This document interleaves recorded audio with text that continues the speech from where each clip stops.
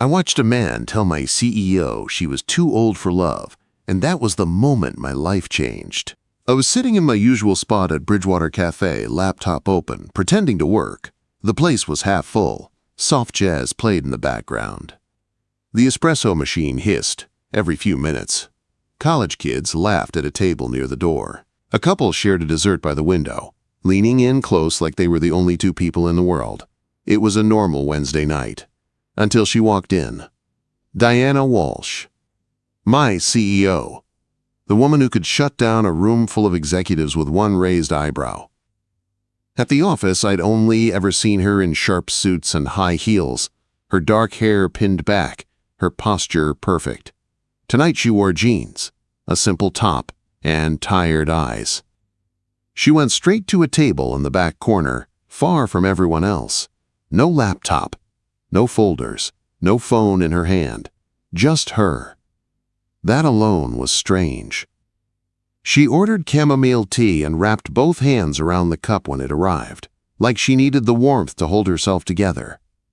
I tried to focus on my work. I'm a cybersecurity specialist at DataCore Solutions. I was supposed to be checking firewall updates, looking for weak spots in our system. It's the kind of detailed work that usually keeps my brain busy. But I kept looking up. I've worked at DataCore for 4 years. I've seen Diana handle angry clients like it was nothing. I've watched her talk to board members about millions of dollars like she was discussing the weather. She's always been steady, composed, in control. Tonight she just looked sad, and somehow smaller than she did in the office. I told myself it was none of my business. She was my CEO, not my friend. I was just the guy from the 5th floor who fixed her malware problem last month. She probably didn't even remember my name. Then a man slid into the chair across from her. He wasn't from our office. I would have remembered. He wore an expensive suit, shiny watch, perfect haircut, that kind of cocky smile that never reaches the eyes. The type my ex-wife used to call interesting. At first, I couldn't hear them. The background noise swallowed their words. I tried to be polite and look away. I stared at my screen, checked a log, typed a few commands. Then his voice rose. Let's be honest about your situation. It cut through the music, through the laughter, through everything. My fingers froze on the keyboard. I glanced up. Diana's shoulders were stiff. Her fingers tightened around her teacup. You're 48, the man said, leaning back in his chair like he was explaining something simple. That's too old for any man who's actually worth your time. The cafe kept moving around us, but for me, everything went quiet. Successful men your age, he went on, waving his hand like he was talking about numbers on a chart. They want women in their 30s. Women who still look good in a bikini. Women who can give them kids if they want a second family. You can't compete with that. I watched Diana's face. Her expression was calm, the same one she wore in board meetings. But her knuckles had gone white around that cup. Her jaw was a little too tight. And younger men? He laughed, but there was nothing kind in the sound. Come on, what 30-year-old wants a woman who's almost 50? They want someone to build a life with. Start a family. You're past all that. I wanted to look away. It felt wrong to stare, like I was watching someone get hit and doing nothing. But I couldn't stop. You're stuck in this sad middle ground, he said, standing up. He dropped some cash on the table like he was leaving a tip, not trashing someone's entire sense of worth. Not young enough for the men who matter. Not old enough to stop caring. My advice? Get a cat. Learn to be okay with being alone. Then he walked out, just like that. He tore into her with those words and then left like nothing important had happened. Diana didn't move. She sat there, eyes on her tea, breathing slow and controlled. Around her, the cafe kept going. The espresso machine hissed again. Someone laughed behind me. A spoon clinked against a mug. She lifted the cup to her lips. Her hand shook. Just a little. Not enough for most people to notice. I noticed. Because I knew that look. I'd seen it in my own mirror. My ex-wife used to tell me I was too safe, too steady, too boring. She wanted excitement, risk, drama, someone who made her heart race and her life feel like a movie. I was more like a long, quiet podcast about tax law. Being married to you is like eating oatmeal, she told me the day she left. Good for me, but nobody gets excited about it. She moved on to a guy with a motorcycle and big talk about starting a tech company. Last I heard, that didn't work out either. 2 years later, I still sometimes wondered if she was right. If being reliable just meant being forgettable. If being steady meant no one would ever really choose me. Looking at Diana, sitting alone while that man's words lingered in the air, I saw the same story in her eyes. Different people, different pain, same message, you're not enough. I closed my laptop. My heart was pounding. My hands felt a little numb as I stood up. Every logical part of me screamed to sit back down, to mind my own business, to pretend I hadn't heard a thing, just like everyone else was pretending. But I was so tired of staying quiet when people were hurting right in front of me. I walked toward her table. She didn't notice me at first, still staring at that cup like it was the only thing keeping her grounded in the room. Up close, I could see the fine lines at the corners of her eyes, the way her shoulders were just slightly hunched, like she'd been holding herself up for far too long. "Ms. Walsh?" My voice came out softer than I intended. "Are you okay?" She looked up. For a split second, all the walls were gone. I saw raw pain in her eyes, shock, humiliation, the kind of deep, old hurt that doesn't start with one conversation but gets triggered by it. Then her professional mask slid back into place. "Marcus," she said. I was almost surprised she remembered my name. "I'm fine. Thank you for asking." "No offense," I said quietly, "but you don't look fine." The words slipped out before I could stop them. Way past the safe line for talking to your CEO at a cafe. She could shut me down with one sharp comment. She could make this weird. She could even report me if she wanted to. Instead, she just looked at me, really looked, like she was weighing something. "I suppose I'm not," she said at last. Her voice was barely above a whisper. I don't know what possessed me, but I slid into the chair across from her. No asking if I could sit. No careful, polite distance. It was the most reckless thing I'd done in years. "I heard what that guy said to you." I told her. He was wrong. Diana let out a breath that sounded like it had been stuck in her chest for a long time. "You don't have to do this, Marcus," she said. "I'm used to it." "That," I shook my head. "That's the saddest thing I've heard all week." She blinked, surprised. "You shouldn't have to be used to people treating you like garbage," I said. "That's not normal. That's not okay." Something in her expression softened. The edges of her mask cracked just a little. "Maybe he was just being honest," she said, her eyes dropping back to the tea. "Maybe that's better than people lying about it." "No," I said. "He wasn't being honest. He was being cruel. Big difference."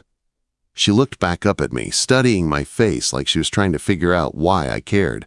"Why do you care, Marcus?" she asked quietly. "You barely know me." "Because I just watched someone hurt you," I said, "and I'm tired of pretending I don't see things like that. And because—" I hesitated, then pushed myself to say it, "because I know what it feels like to be told you're not enough." Something shifted in her eyes. Recognition, connection, the tiniest spark of something I couldn't name yet. "Do you come here often?" she asked, changing the subject, but in a gentle way. "A couple times a week," I said. "My apartment gets too quiet. It's easier to be alone around other people than alone by myself. Does that make sense?" "It makes perfect sense," she said. "I live in a 3-bedroom penthouse and I rattle around in it like a marble in an empty box." We both smiled at that image, small, sad, but real. "What do people who know you call you?" she asked then. "Not Mr. Chin, cybersecurity specialist, just you." "Marcus," I said. "Just Marcus." Quote. She nodded slowly. "I'm Diana," she said. "Not Ms. Walsh, not CEO of DataCore, just Diana." And as I sat there across from my boss at that small cafe table with her tea cooling between us and the echo of that man's cruelty still hanging in the air, I felt the ground shift under my feet. I had no idea that speaking up in that moment would tie our lives together in ways I never imagined. For a second, it felt like we were two strangers making small talk. Then something shifted. "You know your face is on the lobby wall, right?" I said. "Big framed photo, very powerful, slightly terrifying." Diana laughed. Not the polite laugh I'd heard in meetings. A real one. "God, I hate that picture," she said. "They made me smile for 3 hours. My face hurt for days." "You should have picked a real picture," I said. "You, at your desk, looking like you are about to fire someone and sign a $10 million contract at the same time." "I am approachable," she said, pretending to be offended. "You fired 2 people last month," I reminded her. "They were selling client data to competitors," she said. "They earned it." "See?" I said. "Terrifying, in a good way." She shook her head, but the smile stayed on her face. The tension in her shoulders eased just a little. "Tell me something real, Marcus," she said after a moment. "Something that is not about work." I took a breath. "I got divorced 2 years ago," I said. "My wife left me for a guy with a motorcycle and a dream company that never became real." Her eyes softened. "I am sorry," she said quietly. "She said I was too safe," I went on. "Too steady. Too boring. She told me being married to me was like eating oatmeal. Good for you, but nobody gets excited about it." "That is awful," Diana said. "Oatmeal is very useful, and being steady is not a flaw." "She meant it as an insult," I said, and it worked. I believed her for a long time. "Do you still?" she asked. "Some days," I admitted. "Some days I feel like I am just there, not exciting enough to keep anyone's attention." She looked down at her tea. "I know that feeling," she said quietly. I stayed quiet, giving her space. "My marriage ended 7 years ago," she said. "We could not have children, my medical issues. My husband decided he wanted to explore other options. That is how he put it, like I was a restaurant that did not live up to the reviews." "That is brutal," I said. "He remarried within a year," she went on. "Now he has 2 kids. His wife is 33. Beautiful, healthy, perfect. They send holiday cards every year. Matching outfits. Big smiles. They're perfect family." Her voice shook just a little on the word perfect. "I hate how that still hurts," she said. "I tell myself I am over it. Then something like tonight happens, and it all comes back." "I get it," I said. "My ex posts pictures with her new husband on their boat. Fancy trips, sunsets, captions about living their best life. I pretend I do not look. But I do." We sat there in silence for a moment. Not awkward, just heavy, real. The cafe was starting to empty out. One of the baristas was stacking chairs near the door. Another was wiping down the counter, glancing at us now and then, probably waiting for us to leave. "I should go," Diana said. "Yeah," I replied. "Me too." Neither of us moved. She looked at me then, really looked, like she was trying to read every thought in my head.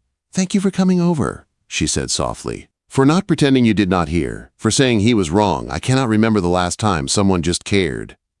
"You deserve people who care about you," I said. "So do you," she replied. She reached across the table and touched my hand. Just a quick squeeze, fingers warm from the tea. It was a simple gesture. Not romantic at all, but it shot a line of heat up my arm anyway. We walked out together into the cool night. The parking lot was mostly empty now. Streetlights painted long lines across the pavement. She stopped beside a silver hybrid, unlocked it, then turned back to me. "This was unexpected," she said. "Good, unexpected, or weird unexpected?"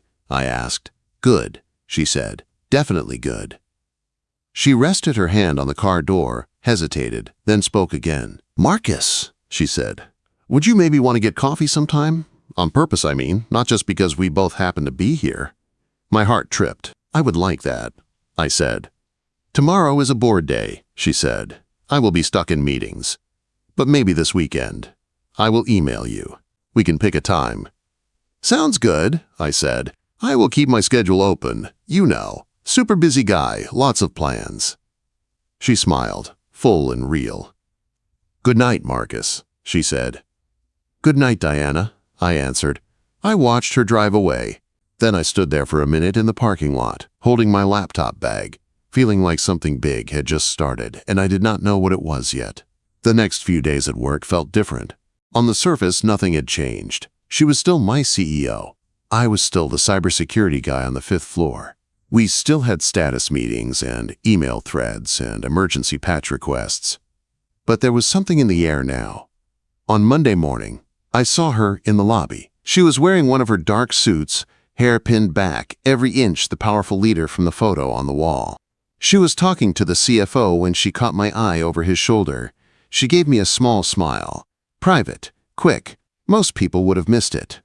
I did not. In the elevator later, we ended up standing across from each other with 4 other people between us. We did not talk, but when she stepped off on the executive floor, her hand brushed the doorframe, and I realized my pulse was racing. At my desk, I refreshed my email more times than I cared to admit. Nothing personal came. By Wednesday, I convinced myself I had imagined the whole thing.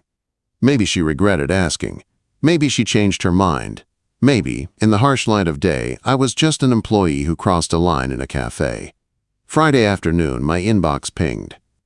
Subject: coffee. I stared at the screen for a second before opening it. Tomorrow, 10 a.m., Bridgewater Café. If you are free, I am free. Diana. I read it 3 times.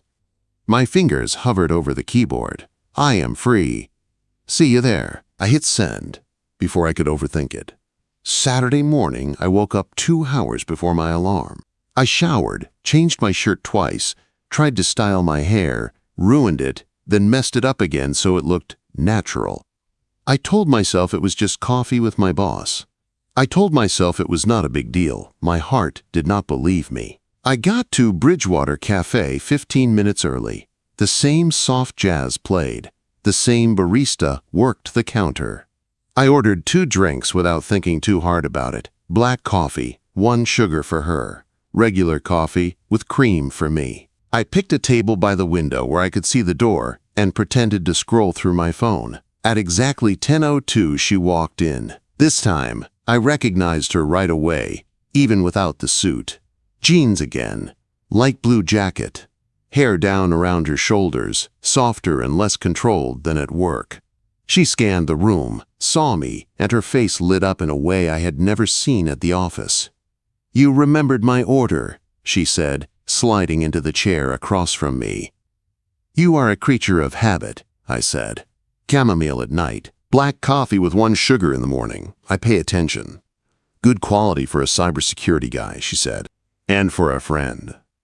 The word friend hit me in the chest in a strange way, warm and heavy at the same time. For the next 2 hours we talked, not about server logs or client accounts or quarterly reports. About her childhood, about mine, about how she grew up as the youngest of 4, always trying to prove herself.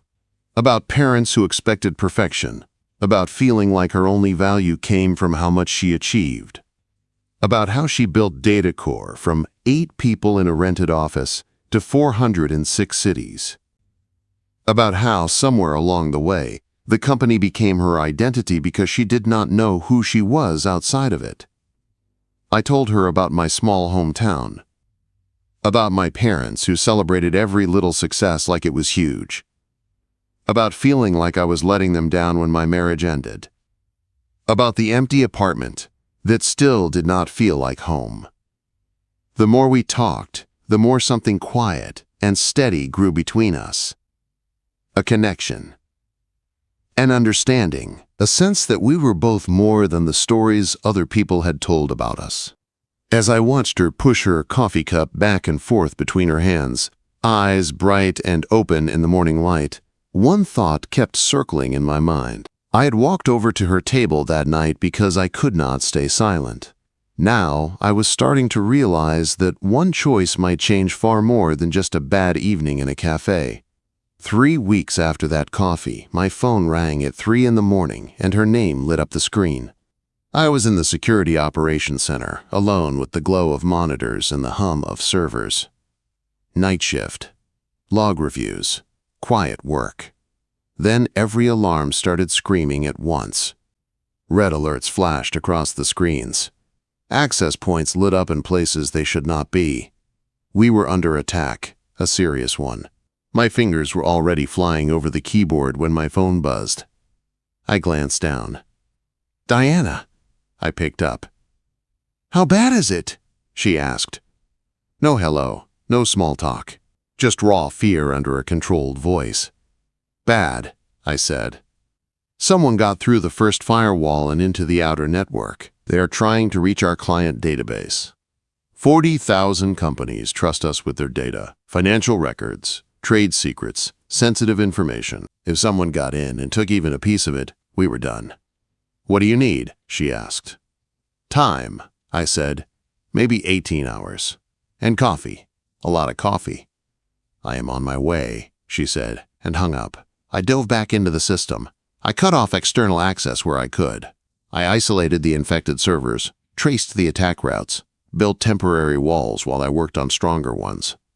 My eyes burned, my fingers cramped, but I didn't stop. 20 minutes later, the door to the operations center opened. Diana walked in wearing sweatpants, a Datacore t-shirt, and sneakers. Her hair was pulled back in a messy bun. No makeup, no armor, just her. She carried a thermos of coffee and a bag of breakfast sandwiches. "You were not kidding about alarms," she said, glancing at the screens. "This is the fun part," I said. "Everything before this was just warm up." She snorted softly and set the coffee down next to me. "You work," she said. "I will deal with the people." And there were a lot of people. By 6 in the morning, executives started showing up. Faces pale, voices tight. The board members called in from different time zones. Clients sent panicked emails. Investors wanted answers. Through the glass wall, I could see Diana pacing as she talked on the phone, then sitting in the conference room with a group of scared, angry men in suits. She moved between them and us like a shield, keeping their fear out of the room where I was trying to think. Every now and then she slipped into the operations center with more coffee or water. "Status?" she would ask.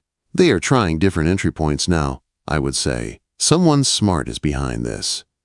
"Can you stop them?" she asked the first time. "I am trying," I answered, and she nodded like that was enough.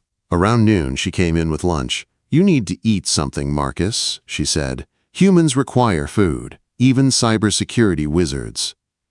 "I can't stop," I said. "They are testing for weak spots every minute." "Then eat while you type," she said. "I will hold the sandwich." She actually unwrapped a sandwich and held it near my mouth like I was a kid. I laughed and took a bite without looking away from the screen. "You realize this is not in your CEO job description, right?" I said with a full mouth. "Crisis management covers a lot of things," she replied.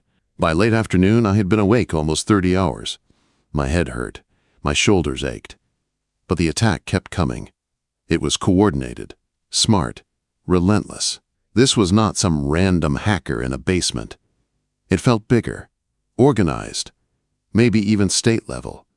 At 7 that evening, she came in again and closed the door behind her. Her face looked more tired than I had ever seen it. "The board is freaking out," she said quietly. "They want to bring in another security firm. Someone from outside." I stopped typing and turned in my chair. "That would be a mistake," I said. "Anyone new would need days to learn our system. We would lose everything we have done today. They will walk right through us." "I told them that," she said. "They are scared. When people are scared, they stop listening to logic." "What do you want me to do?" I asked. She held my gaze. "Keep going," she said. "I will deal with them. Marcus, I trust you. Completely." Those words hit me like a shot of adrenaline. Trust. Most people say it like a buzzword. She said it like a promise. She left, and I turned back to the screens, pushing harder, digging deeper. I traced the attacks, cut off paths, set traps, built new barriers. Hours blurred together. My world shrank down to code, logs, traffic, patterns. At 10 that night, something finally shifted. I found their main entry script, buried under layers of distraction. I cut it off, locked it down, and closed the last open gap I could find. Traffic slowed. The red alerts dropped, one by one, until the room was lit by steady green lights. I waited 5 long minutes. No new attempts, no new alarms. I leaned back and let out a breath I felt like I had been holding all day. "It is done," I whispered to myself. The door opened. Diana stood there, eyes wide, like she had felt the change too. "Is it over?" she asked. "We are secure," I said. "They are out. All systems are clean and running. Data is safe." For a second, she just stared at me. Then she crossed the room in 3 quick steps and wrapped her arms around me. She hugged me so tightly I could feel her heartbeat pounding against my chest. "You saved us," she said into my shoulder. "Do you understand that? You saved our clients, our company, everything." "I was just doing my job," I said. My voice came out hoarse. She pulled back enough to look at me.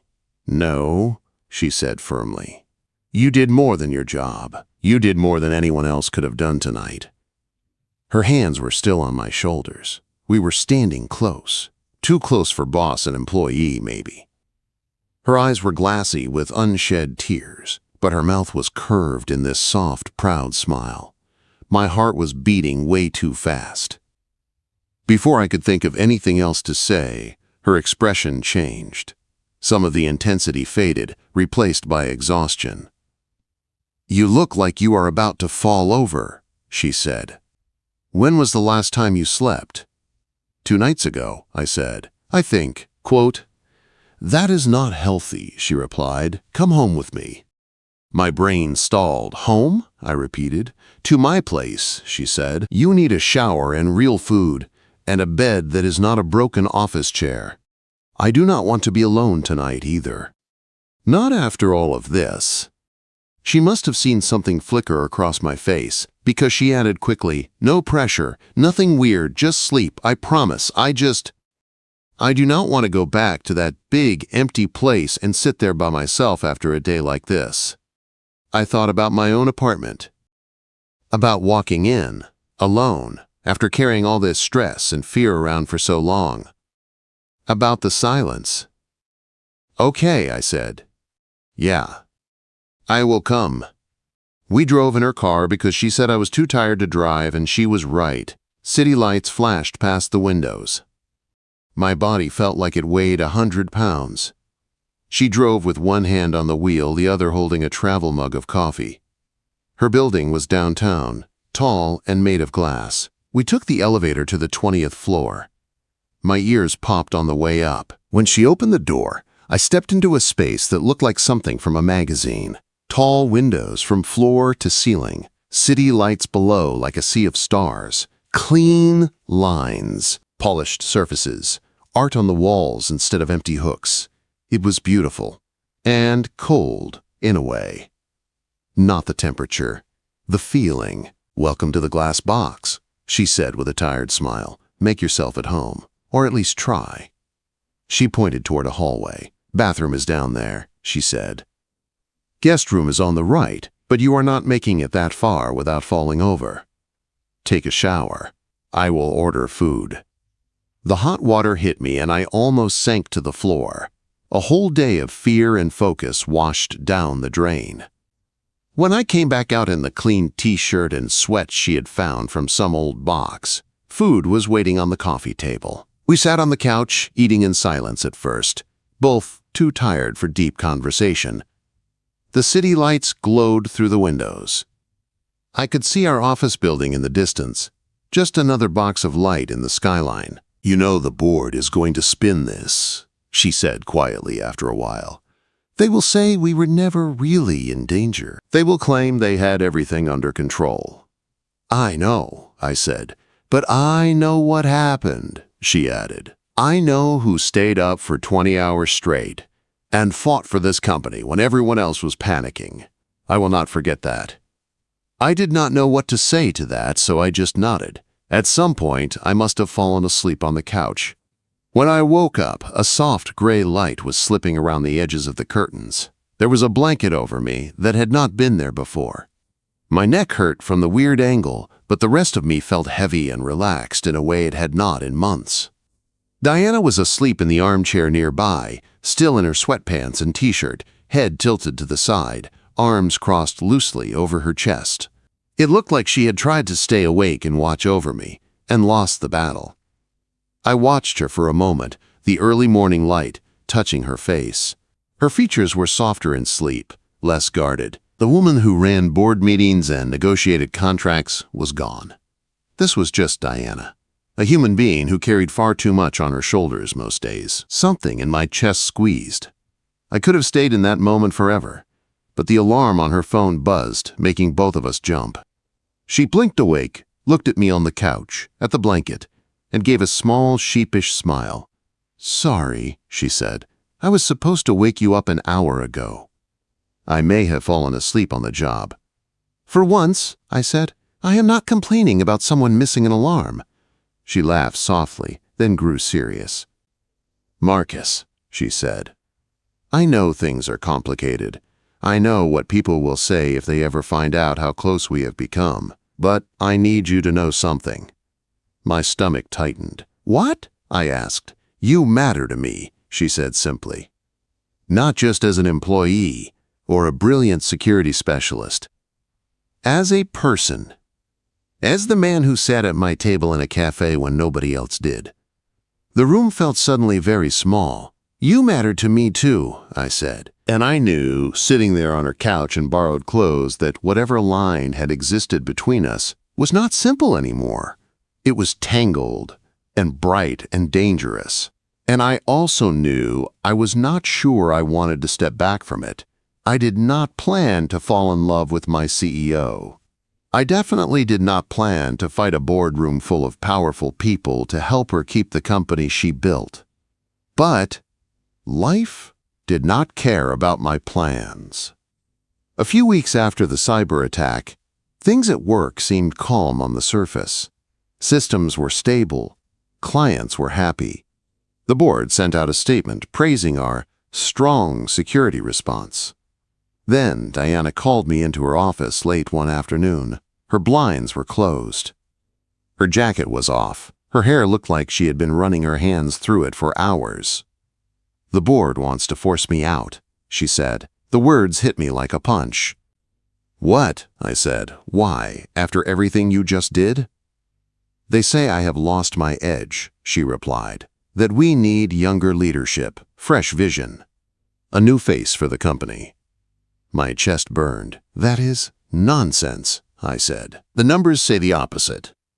"They do not care about numbers right now," she said. "They care about image. About looking young and exciting for the market." She tried to laugh, but it came out flat. "Apparently 48 is too old to lead the company I started." Rage rose in me, sharp and hot. It reminded me of that man in the cafe, waving his hand, saying she was too old for the men who mattered. "They are doing the same thing he did," I said. "Just with nicer words and expensive suits." She met my eyes. "Help me prove them wrong," she said. "Help me build a case they cannot ignore. You know the data better than anyone." "We have a board meeting tomorrow morning," she added, 9 o'clock. "That gives us less than 18 hours." "I have worked with worse deadlines," I said. "Let's do it." We stayed in her office all night. I pulled every report I could find. Revenue growth, client retention, product launches, security wins, industry awards, every contract she had brought in. Every time she had saved a client account, every quarter where the company had beaten projections, she turned it into a story. Not a brag, a clear, honest picture of what she had done. At midnight, she ordered food. We forgot to eat it. At 3 in the morning, she nodded off at her desk for a minute, her head dropping forward. I reached over and gently pushed a glass of water toward her. "Hey," I said softly, "no passing out on me, we have a board to crush." She smiled through her exhaustion. "You are a terrible employee," she said. "You talk to your CEO like that." "Maybe your CEO needs someone who tells her the truth," I said. We finished the last slide as the sky outside her window started to lighten. "This is amazing," she said, scrolling through the deck. "How did you pull all this together?" "You did all the work," I said. "I just stacked the proof in one place." She turned to me and something in her eyes changed. The office was quiet. The world felt far away. "Marcus," she said, "I need to tell you something before we walk into that room." My heart started pounding. "Okay," I said. "Ever since that night at Bridgewater Café, I have been thinking about you differently," she said. "Not as an employee, not as someone who reports to me, as a man who saw me when I felt invisible." I swallowed. "Diana," I started, but she held up a hand. "I know this is messy," she said. "I know there is an age difference and a power difference, and 1,000 reasons to stay quiet. But I am tired of living my life based on fear. I am tired of letting other people decide when I am too old, too much, not enough. She took a breath. When I am with you, I do not feel too anything, she said. I feel like exactly myself, and that feels rare and terrifying and wonderful. My chest felt tight. I am in love with you, I said. The words came out before I could stop them. Clear, simple, true. Her eyes widened. You are? She whispered. I have been trying not to be, I said. Because you are my boss, and I like my job, and I like not getting sued. But I cannot keep pretending. I think about you when I wake up. I listen for your voice in the halls. I feel better when I know you are in the building. I am in love with you, Diana. She stared at me, breathing a little faster. This could ruin your career, she said. People will talk. They will judge. It will not be fair. I do not care what they say, I said. I care about us doing things the right way. But I am not going to lie about how I feel just to make small minds comfortable. She smiled then. A slow, soft smile that reached all the way to her eyes. Come here, she said. I crossed the room.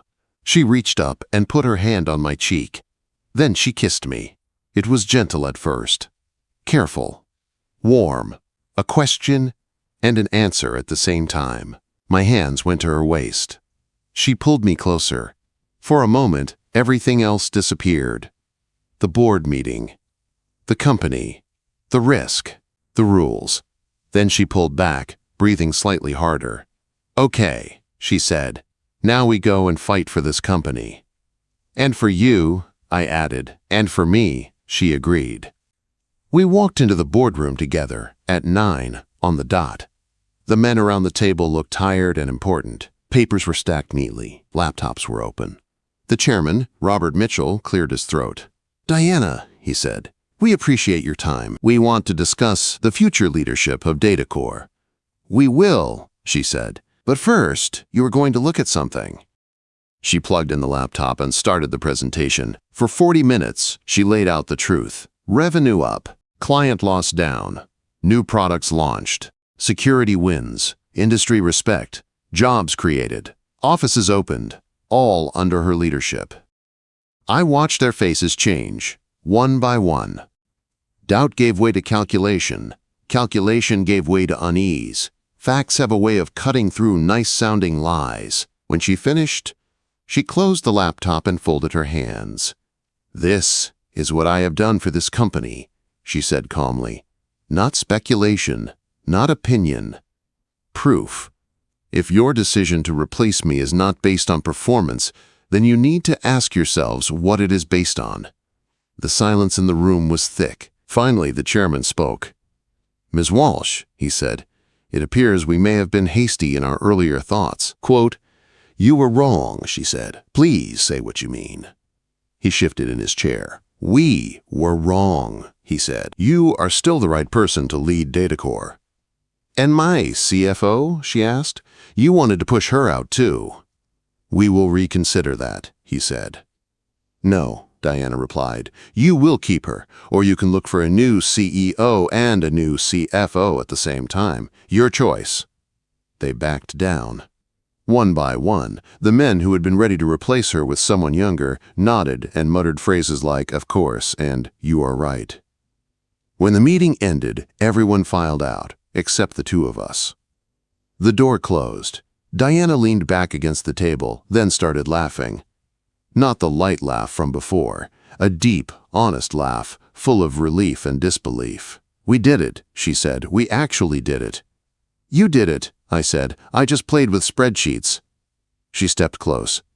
Marcus, she said, her voice low. We did this together. She kissed me again, quick this time, but the message was clear. We were in this together. Work, life, all of it. Of course, nothing is ever that simple. 3 days later, we sat in HR. Mrs. Patterson, the head of human resources, listened while we explained. We told her about our relationship, about our feelings, about wanting to do everything right, even if it was hard. Company policy is clear, she said. Direct romantic relationships between a manager and a direct report are not allowed. I understand, Diana said. So we changed the reporting structure. We had already talked about it, planned it. Mrs. Patterson looked at us over her glasses. "You know, even if we make that change," she said, "people will talk. There will be gossip, pushback. Some will assume every promotion is favoritism. Some will think you are having a midlife crisis. Some will call it unprofessional." "Let them," Diana said calmly. "We are telling you the truth. We are willing to follow every rule. We are not going to hide." The change went through that same week. I started reporting to our Chief Technology Officer, Daniel. He treated me exactly the same as before, maybe pushed me harder. I appreciated that. The gossip started almost right away. Whispers in the break room. Conversations that stopped when I walked in. Someone left an anonymous note on my desk that said, "Sleeping your way up, huh?" I crumpled it and threw it out. Some nights, the noise got to us. Diana would come home tight-jawed, angry, and tired. I would stare at my ceiling in my apartment and wonder if we had made a huge mistake. But then we would see each other. We would sit at her kitchen counter, eating takeout, talking about our day, about the rumors, about the unfairness, about how we would answer questions if they came. And every time, we came back to the same point. We were not cheating. We were not hiding. We were not breaking rules. We had moved reporting lines. We had told HR. We were doing everything by the book. If people wanted to judge us for loving each other, that was their problem. One big thing helped change the conversation. Another attack came. This time, I stopped it in minutes. The client wrote a formal letter to the board, praising me by name. Other companies asked for me specifically. Work that had nothing to do with my relationship spoke louder than whispers. People still talked, but they also respected what I could do. 6 months after that night in the cafe, I was at Diana's place more often than I was at home. My toothbrush lived in her bathroom. My jacket hung on her hook. One Sunday morning, she came into the kitchen while I was making coffee and said very calmly, "Why are we paying 2 rents?" I paused. "Do you mean what I think you mean?" I asked. "Move in with me," she said. "Officially, not just clothes in a bag. Bring your books, your pictures, your life." I moved in that month. Her glass, cold apartment changed slowly. My old, worn-out couch blanket ended up on her perfect leather sofa. My framed photos of city streets and shorelines went on the walls. Her 3-bedroom penthouse stopped feeling like a museum and started feeling like a home. 1 year after the cafe, I bought a ring. I planned a big proposal. Fancy restaurant, rooftop, live music. A speech about how she had changed my life. Instead, it happened on the couch. We were watching some documentary about cyber threats, both in sweats, both half paying attention. During a quiet part, she turned to me. "I have been thinking," she said. "I want to marry you." I stared at her. "You do?" I said, "because that is supposed to be my line." I pulled the ring out of my pocket. Her eyes went wide and filled with tears at the same time. "You were going to propose?" she said. "I am proposing," I said. I slid off the couch onto one knee right there on the living room rug. "Diana," I said, "you are the strongest, smartest, most stubborn woman I know. You fight for what you believe in. You work harder than anyone. You see me as more than safe or boring. You make me feel like I am enough. I want to spend the rest of my life with you. Will you marry me?" She was crying and laughing and nodding all at once. "Yes," she said. "Of course, yes." The wedding was small, a garden outside the city, 50 people, close friends, family, no press, no clients, no investors. Just people who had seen us through everything. Daniel, my boss, married us. My parents sat in the front row. Her siblings cried when she walked down the path.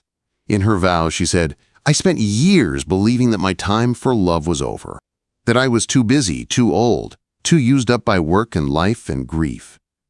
Then, one night in a cafe, someone refused to walk past my table. He saw me, not as a title or a failure, but as a person, and that changed everything. In mine, I said, "I spent years believing I was only good enough to be safe, to be the steady one in the background while other people chased excitement." Then I watched a man try to tear down a woman I respected. And for once, I did not stay quiet. I chose to speak. I chose to care. That one choice brought me here. We danced as the sun went down. Her head rested on my shoulder. Her hand was warm in mine. "Thank you for coming to my table that night," she whispered. "Thank you for letting me sit down," I whispered back. Sometimes people still talk. They still make comments about the age difference, about the fact that she was my boss once, about office romance and power and risk. We do not give those people our energy. We know the truth. We went to HR. We shifted roles. We followed the rules. We fought for our jobs and for each other. We built something real on purpose, not by accident. And it all started because I decided I could not stay silent and watch someone be shamed for something as simple as her age. I thought I was just standing up for a stranger in a cafe. I was really standing up for the rest of my life.